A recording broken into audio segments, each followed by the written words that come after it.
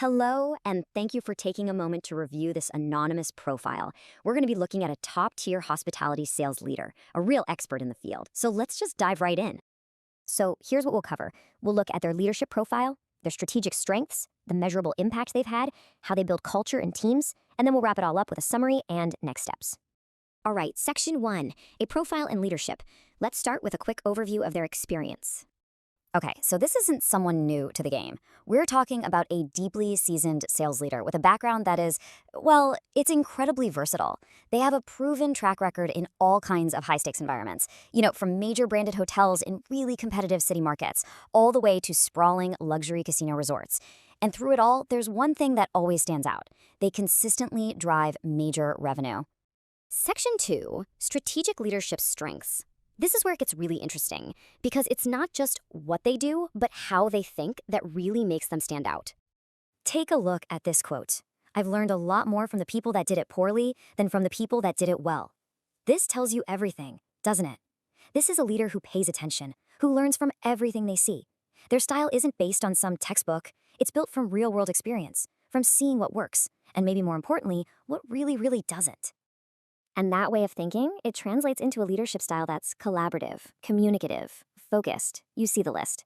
It's about creating an environment where everyone is on the same page, feels included, and is genuinely fired up to hit their goals together. It's about winning as a team. So, you might be asking, how do they get such consistent results? Well, here's the secret. They don't treat sales like it's some kind of random lottery. For them, sales is a process, a structured, repeatable method. And that's the whole key, right? Because when you have a process, you can teach it, you can track it, and you can optimize it. It makes success predictable, not just lucky. Section 3, measurable operational impact. So, the strategy sounds great, but let's talk about the bottom line. Let's look at the actual results. Okay, let me throw a scenario at you. What would you do if a huge, stable chunk of your business just disappeared overnight? I'm not making this up. This is a real situation this leader had to deal with when their property's entire block of airline crew contracts got canceled, all at once. A total gut punch. So what did they do? Panic? Nope. They executed a brilliant turnaround. First, they immediately identified new, big players coming into the market. Then they targeted a massive naval yard project that needed long-term rooms. They got in front of the project leaders, secured a new rate agreement, and boom. They didn't just replace the lost revenue, they grew it from 20 rooms to over 40, all occupied for months. That is turning a potential disaster into a major win. And look, it's not just about putting out fires. Even when things are stable, this leader is all about growth. We're talking 5 to 8% year-over-year growth at one full-service branded hotel.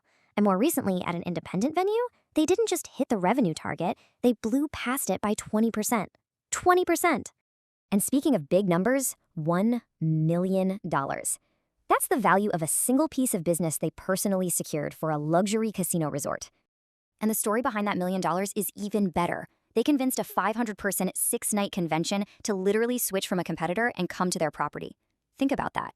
They built such a strong relationship and showed so much value that they pulled that business away. And the best part, they rebooked them again the next year. That's not just a sale, that's building a long-term partnership. Okay, part 4, building culture and teams. Because let's be real, wins like that don't just happen on their own. You need a rock-solid team, and that all starts with culture. This quote right here says it all. I won't allow my more green sales managers to go out into the field by themselves. They will go with me. That is their whole philosophy on development in a nutshell. It's not about throwing people to the wolves. It's about direct mentorship, leading from the front, and making sure your new talent is set up to win from day one. And this approach, it's a world away from that old school sink or swim mentality you see so often. Instead of solo cold calls and high pressure, we're talking about joint sales calls, coaching in the moment, and focusing on the process, not just the quota. It's about building confident, capable people who know what they're doing. Keeping a sales team motivated is tough, but this leader gets it. They use these creative, fun techniques to keep everyone engaged. I'm talking about turning cold calling into a team game with candy bars as prizes, or hiding awards in balloons to build excitement. Things like team bowling outings and daily 10-minute huddles to make sure everyone's supported. It's about making the grind fun and celebrating success together. Part 5 are summary and next steps. So let's pull all this together. What does this leader bring to the table for an organization like yours? Well, it really comes down to this. You're getting a rare combination of strengths. You get strategic revenue growth backed by real data. You get resilient leadership that turns problems into opportunities. You get an inspirational team builder who knows how to mentor and motivate.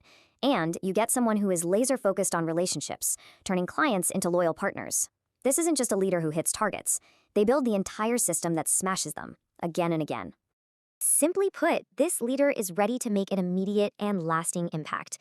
For more information on this candidate, please contact Scott Fisher on LinkedIn or email us at leadwithpurpose@opexcellence.net.